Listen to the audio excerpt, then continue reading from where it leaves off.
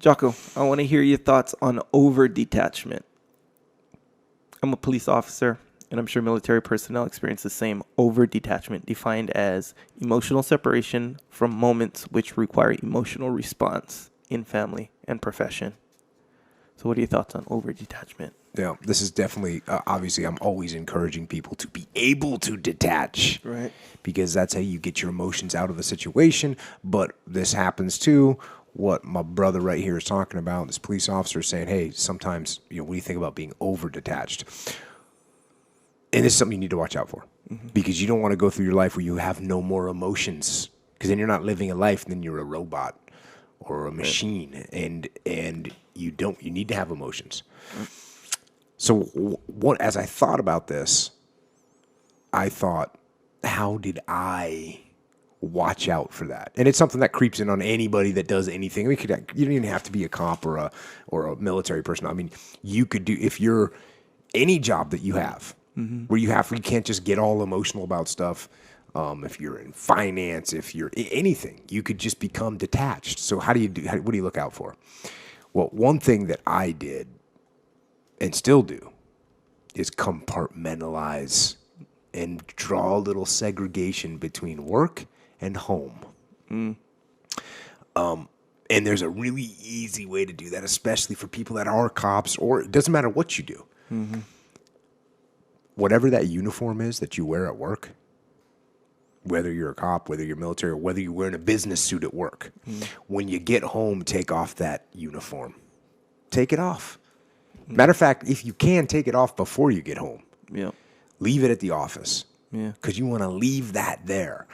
And when you get home, put on the home clothes, right? The T-shirt, the comfortable T-shirt, the flip-flops, the shorts. Be relaxed at home. Mm-hmm. But be physically in a different uniform at home. Mm-hmm. Not even a uniform, in a different, change your appearance and therefore change your state of mind a little bit. Mm-hmm. Different music, right? Whatever it is that you're listening to at work, go to something different at home. Yeah. When you're going into work, listen to the first hour of Jocko Podcast. When you're coming home, you listen to the second hour, right? That's how we do it. Sure. You want to have a different attitude. The different language, right? Don't come home throwing around the acronyms from work. Yeah. And, I've talked about this before. I never swore at home. I swore like hell at work, but I never swore at home. So I was using a different language. So I was completely compartmentalizing what I was doing at work and what I was doing at home. Mm-hmm. And then check out your posture. What are you standing around your house like? Are you standing all cross-armed and glaring at people? Mm-hmm. Let's just ask the question: are you in a modified Weaver stance when you're talking to your wife, getting ready to do a quick draw? It's like a pistol shooting stance. Like no. Yeah. Are you digging for underhooks if your kid's trying to give you a hug? You know what I mean? Are you looking to get the takedown? No. Yeah. You want to relax, right? And another thing is find some, maybe a group of people that aren't involved in your work. That could be hard. I mean. And luckily for me, my wife made friends that were outside of the SEAL community. Mm-hmm. And so I got a bunch of buddies that had nothing to do with the SEAL teams. They were friends of my wife's friends and husbands of my wife's friends. So I had a whole group of people that I still hang out with all the time. Mm-hmm. They have nothing to do with the military at all. Yeah. In fact, many of them are about as far as you could get from military personnel as one could imagine. Yeah. But that's another thing that helped me segregate the two. Now, of course, I'm not saying you got to let your guard down 100% because you shouldn't do that. But you should let it down enough that you can enjoy life. And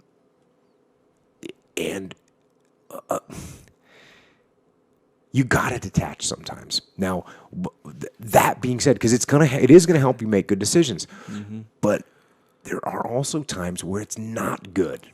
And if you're detached and your wife's trying to talk to you, it's not going to be good. Yep. So open up. You got to show some emotions. And one of the things about being detached, here's a paradox.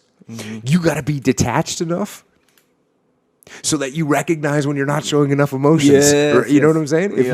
If you're so detached that being detached should allow you to realize that, oh my God, I'm not showing any emotions at all. I'm too detached. Yeah. So don't try and be a tough guy that's just being detached, because if you're detached enough, you'll realize that you're being too detached. Yep. Yeah, and there is too deep. Well, obviously, like if you're in a debate, argument, fight, whatever, with your girlfriend, wife, right? And you're detached. Let's say you're right. Let's say you are right. Mm-hmm.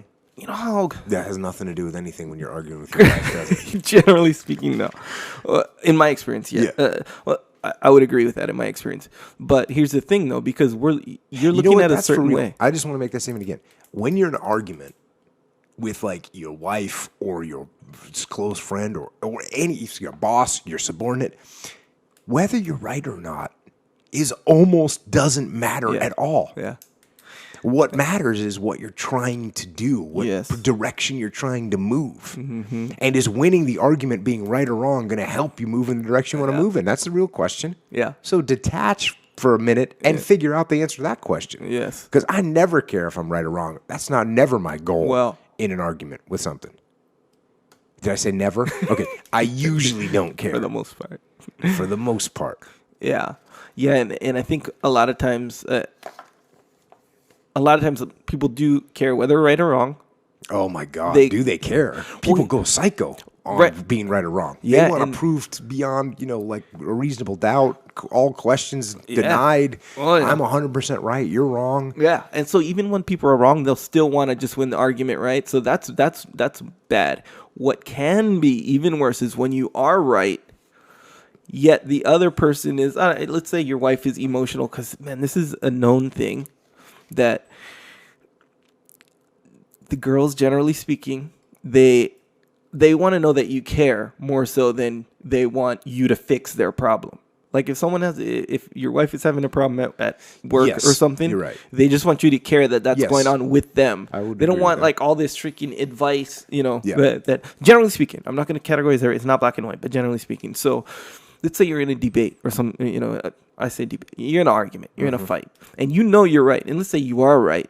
If you're all detached and being like, well, here's the logic behind why I'm right, and you have this airtight case, that's not going to help your relationship. No. She wants to know, first off, that you care. She's mad. She's sad. She's whatever. Do you care about that? That's the way you win, not the argument. That's the way you win the situation. Yes. And so not only do you get out of the fight intact as a relationship, but you're the good guy. Mm-hmm. And really, that's part of the reason why she likes you, because you're the good guy, right? That's a win-win. I would agree.